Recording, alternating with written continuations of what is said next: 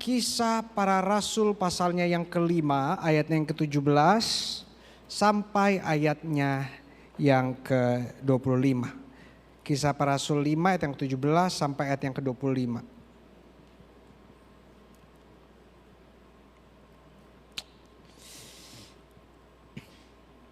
Akhirnya mulailah imam besar dan pengikut-pengikutnya, yaitu orang-orang dari mazhab Saduki, bertindak sebab mereka sangat iri hati.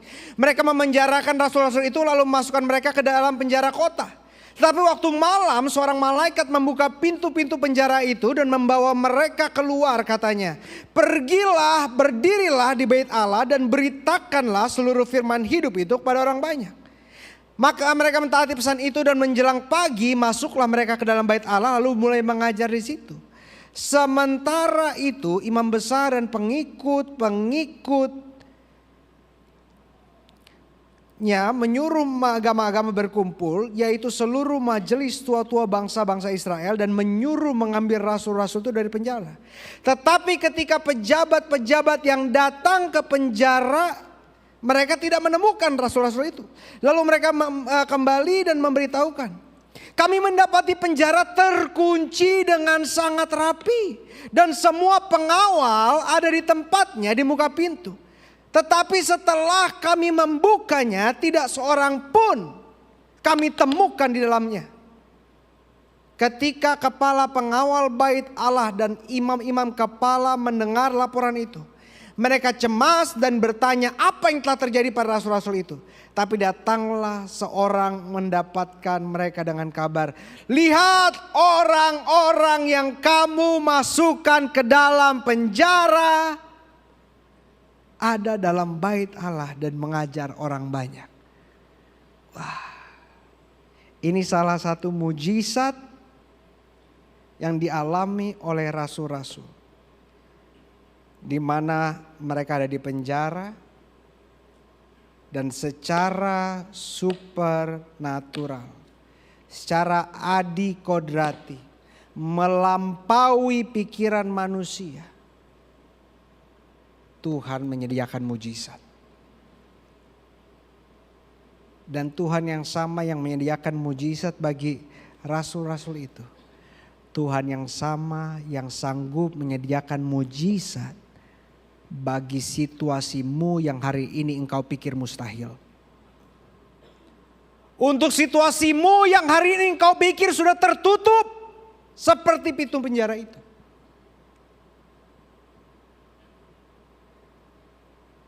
Coba kita lihat ayat 18. Mereka menangkap rasul-rasul itu, lalu memasukkan mereka ke dalam penjara kota. Oke, cukup ayatnya, terima kasih. Yang ditangkap itu bukan penjahat, tetapi yang ditangkap adalah rasul-rasul, orang-orang benar, orang yang berkenan di hadapan Allah. Mereka yang ditangkap. Kadangkala kita benar tidak menjamin hidup kita enak. Saudara-saudara benar makin dimusuhin orang. Saudara lakuin firman makin orang gak suka. Saudara berserah sama Tuhan malah dikatakan orang gila. Mereka gak buat apa-apa yang salah. Tetapi lihat apa yang keluar dari mulut mereka. Mereka bilang, "Tuhan, kami udah melakukan yang benar kok malah kami ditangkap." Tahu gak kenapa rasul-rasul gak ngomong gitu? Karena mereka melihat kepada teladan agung mereka, yaitu Kristus Yesus yang hidupnya begitu sempurna namun disalibkan bagi saudara dan saya agar kita beroleh pengampunan kekal. Berikan tepuk tangan yang meriah buat Tuhan.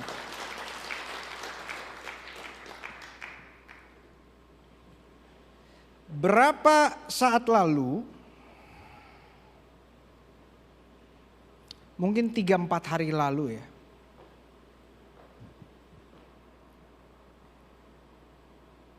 tiba-tiba perut saya agak sakit. Saya jarang sakit, saudara. Iblis mau buat saya sakit aja udah takut. Saya jarang sakit. Makanya saya bingung kenapa perut saya sakit. Dan sakitnya di ototnya. Memang saya sudah, aduh saya gak enak mau ngomongnya. Tapi saya yakin dari tatapan saudara, saudara sudah menduga. Bahkan kalau saudara, mulut saudara tidak diurapi, saudara udah bilang, Pastor gendutan ya? Betul, memang. Tapi tidak ada yang mustahil buat Tuhan. Saya kaget ya saudara ya. Saya pas sampai sini saya ingat waktu itu memang udah turunnya banget. Saya meninggalkan Indonesia 92. Saya pulang 58. Siapa bilang makanan bule lebih enak? Cuh. Dan sekarang saudara, saya waktu itu stabil tuh 60-63. Karena saya share gak rahasianya ya. Jadi saya itu, tapi nanti saya jelasin caranya ya gimana ya. Karena ada caranya. Saya ngomong, saya itu intermittent fasting dan juga low calorie deficit. Jadi saya makan baru jam 4, kadang-kadang saya cuma makan sekali dan itu juga yang gak pakai kalori. Jadi gak makan nasi, makan itu apa semua. Tapi di sini saudara, saya udah selesai jam makannya jam 9 malam. Jalan-jalan pulang tiba-tiba ada hal yang kurang ajar di jalan.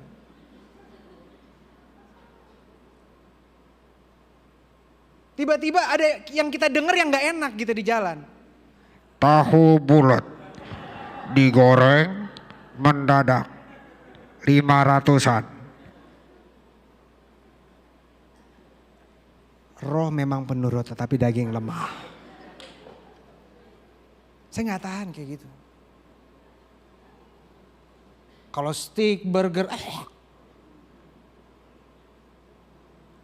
kemarin saya tengah-tengah jalan lagi sama teman saya. Saya berhenti. Kenapa? Gorengan itu ada gorengan. Gue kira apaan? Udah gorengannya ada oncomnya. Wah. Ada oncomnya, ada combroknya. Saya paling gak tahan yang seperti itu. Orang tanya, kok Pastor makannya sok-sok sampai sekarang saya gak makan karbohidrat. Nasi, mie, roti saya gak makan.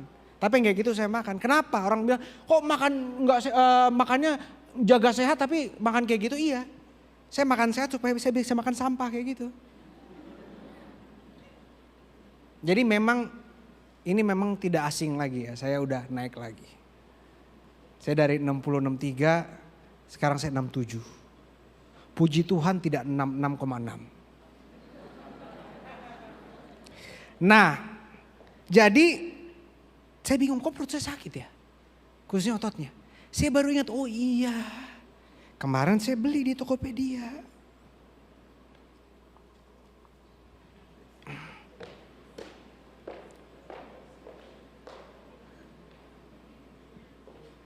Karena setiap hari saya masih push up saudara. Saya lihat dari pandangan saudara banyak saudara gak percaya.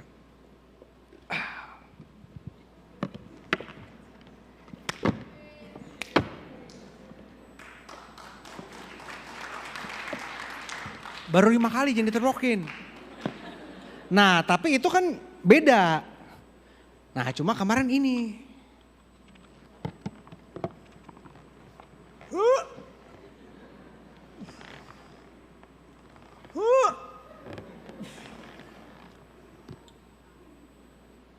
Pas itunya saya kan gak tahu ya. Memang saya dulu sempat nge-gym berapa kali. Tapi kan saya pikir saya kan masih muda ya.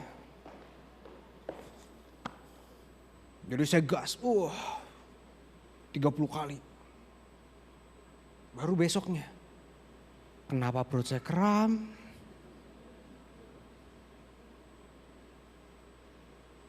Tapi saudara tahu nggak?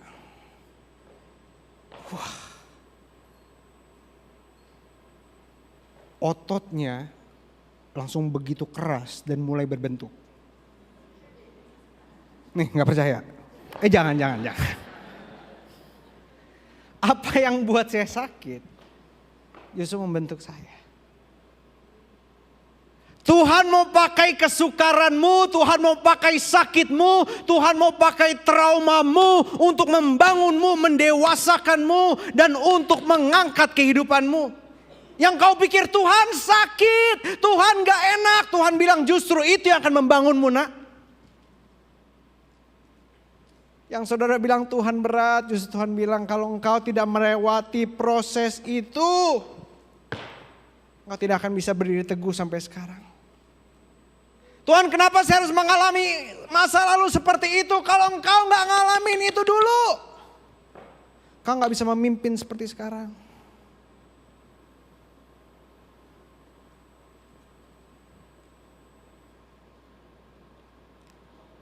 Saya percaya setiap dari saudara melewati proses yang berat.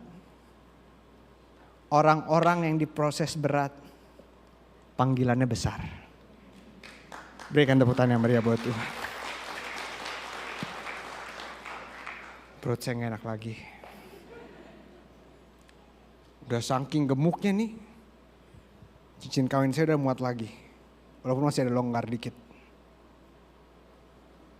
Kemarin dipakai seret jatuh, sekarang longgar dikit, gak apa-apa. Gak apa-apa, membangun dalam nama Yesus. Six pack. Haleluya.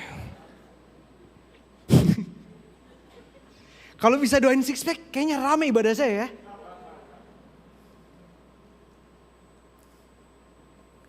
Yang ditangkap rasul, tapi justru mereka ditangkap, mereka nggak takut, mereka nggak khawatir. Makanya saya catat nih yang pertama ya.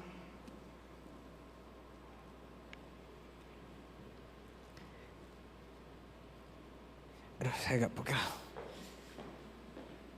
Biasanya ada kursi, Pak Gembala gak ada. Ya, klik. Ya. Saya pelajari yang pertama. Premis nomor 1. Mereka yang dipakai Tuhan pun bisa mengalami kesukaran. Dipakai Tuhan bukan menjamin hidupmu aman, hidupmu enak. Amin. Nah, tetapi lihat ayat 19.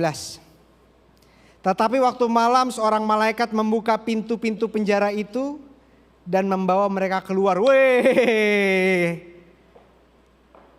Keren ya saudara ya. Kalau bayangin film action nih, udah ditangkap nih pahlawannya, tangkap masukin penjara.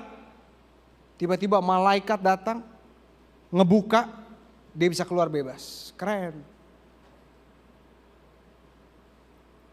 Kita mau kan berhentinya sampai sini kan, sampai ayat 19 aja kan.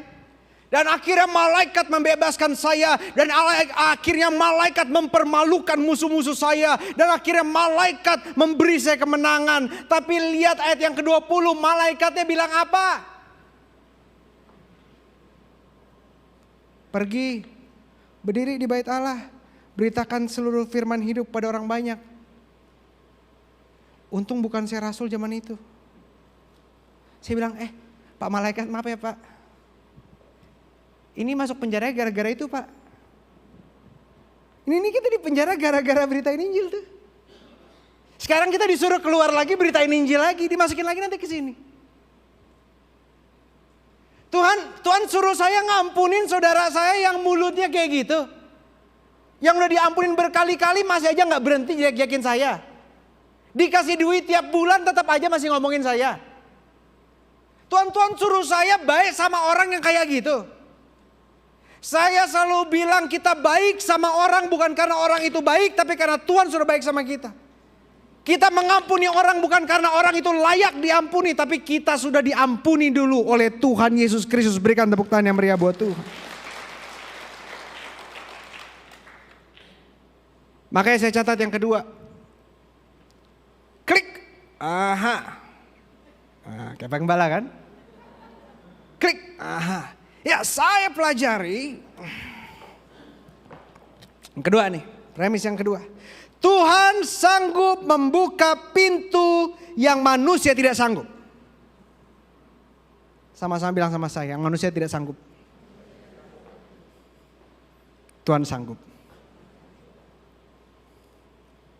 Ini kemarin saya lihat di Instagram ya. Ada yang saya kan posting ya. Ini minggu mujizat terobosan. Kita akan berdoa bersama. Kalau saudara ada dokumen apa, kita akan bawa dokumen saudara. Tiba-tiba ada yang komen. Saya biasa kalau komen yang jelek-jelek, kalau yang baik-baik biasanya saya balas. Kalau yang jelek-jelek kadang-kadang saya balas. Saya balasnya juga dengan firman. Sama seperti Yesus menjawab iblis dengan firman.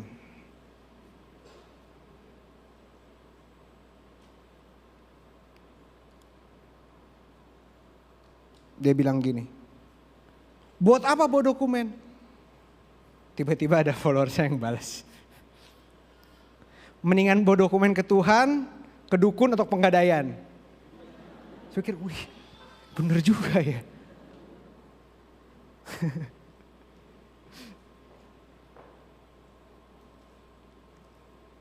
Kadang-kadang kita terlalu mengandalkan manusia gak sih? Kadang-kadang kita terlalu mengandalkan kalkulasi pemikiran kita pribadi gak sih? Saya yakin bahwa tidak ada satupun di dunia ini yang luput dari pandangan Tuhan. Tidak ada satupun di dunia ini yang luput daripada tangan Tuhan. Gak ada yang Tuhan gak sanggup lakukan. Kalau saudara tanya saya ya, ada begitu banyak mujizat demi mujizat. Begitu banyak pemerintahan. Begitu banyak kementerian. Mereka yang bekerja di sana, punya tender di sana, punya jabatan di sana. Jenderal, bahkan dokter. Kalau saya ceritakan sama saudara semuanya gak habis-habis. Yang ketika tidak ada jalan mereka datang ke Tuhan dan Tuhan buat mujizat.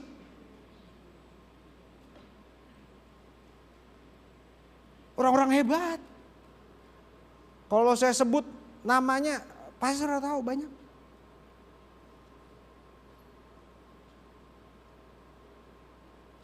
Tapi saya gak usah cerita sekarang. Saya cerita di podcast saya. Biar banyak view-nya.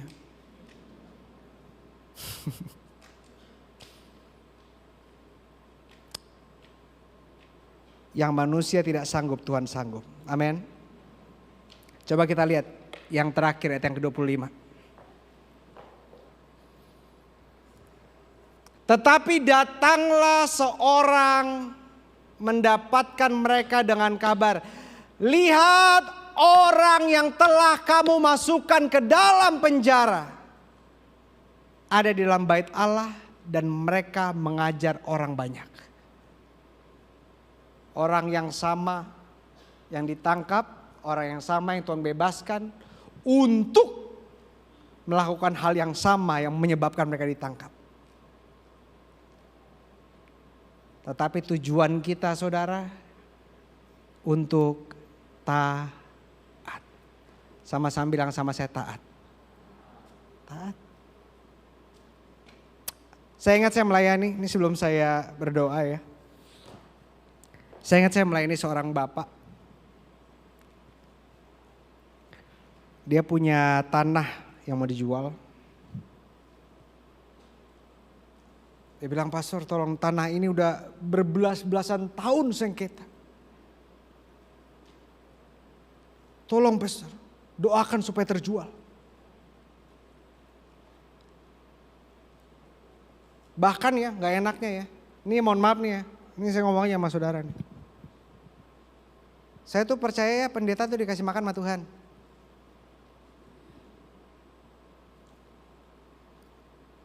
Saudara mau nyogok-nyogok saya, pastor doain nanti saya kasih ini. Aduh saya gak tertarik. Kecuali gorengan. Atau beberapa minggu lalu ada saudara yang bawain emping jengkol. Waktu saudara sakit apa aja saya doain sekarang juga.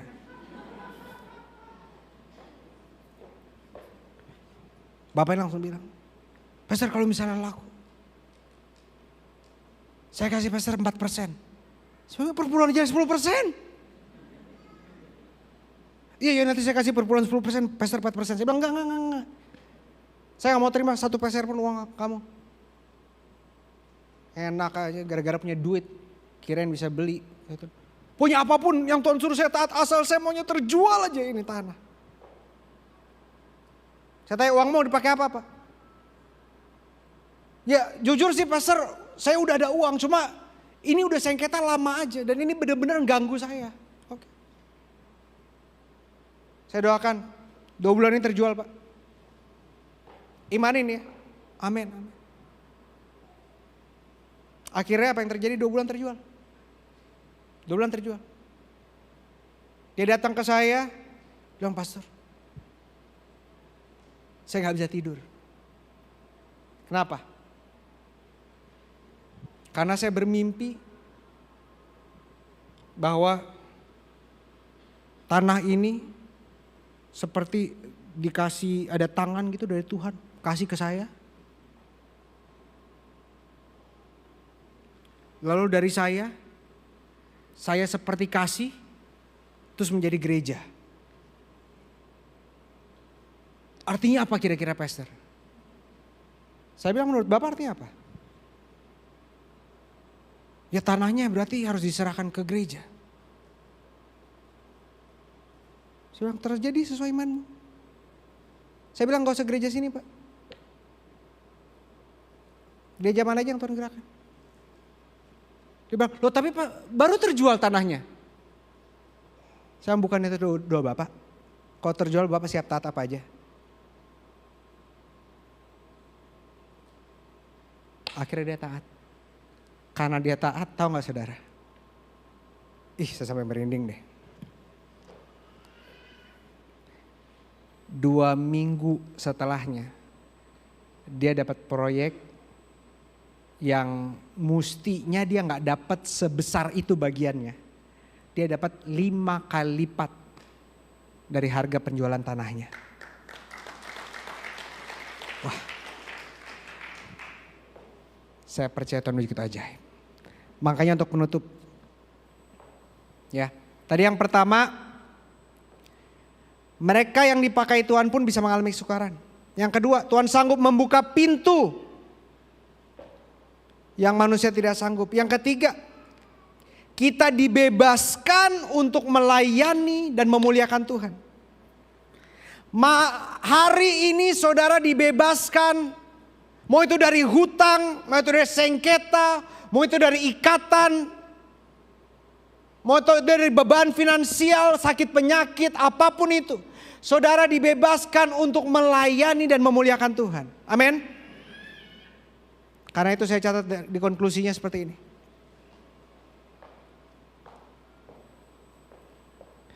Jika kita siap melayani, berkorban dan memuliakan Tuhan, Tuhan pun siap membuka pintu yang tertutup dan membebaskan kita.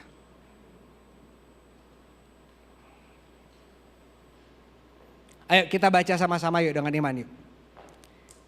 Katakan sama-sama, jika saya siap melayani, jika saya siap berkorban, jika saya siap memuliakan Tuhan, Tuhan pun siap membuka pintu yang tertutup di hadapan saya dan membebaskan saya.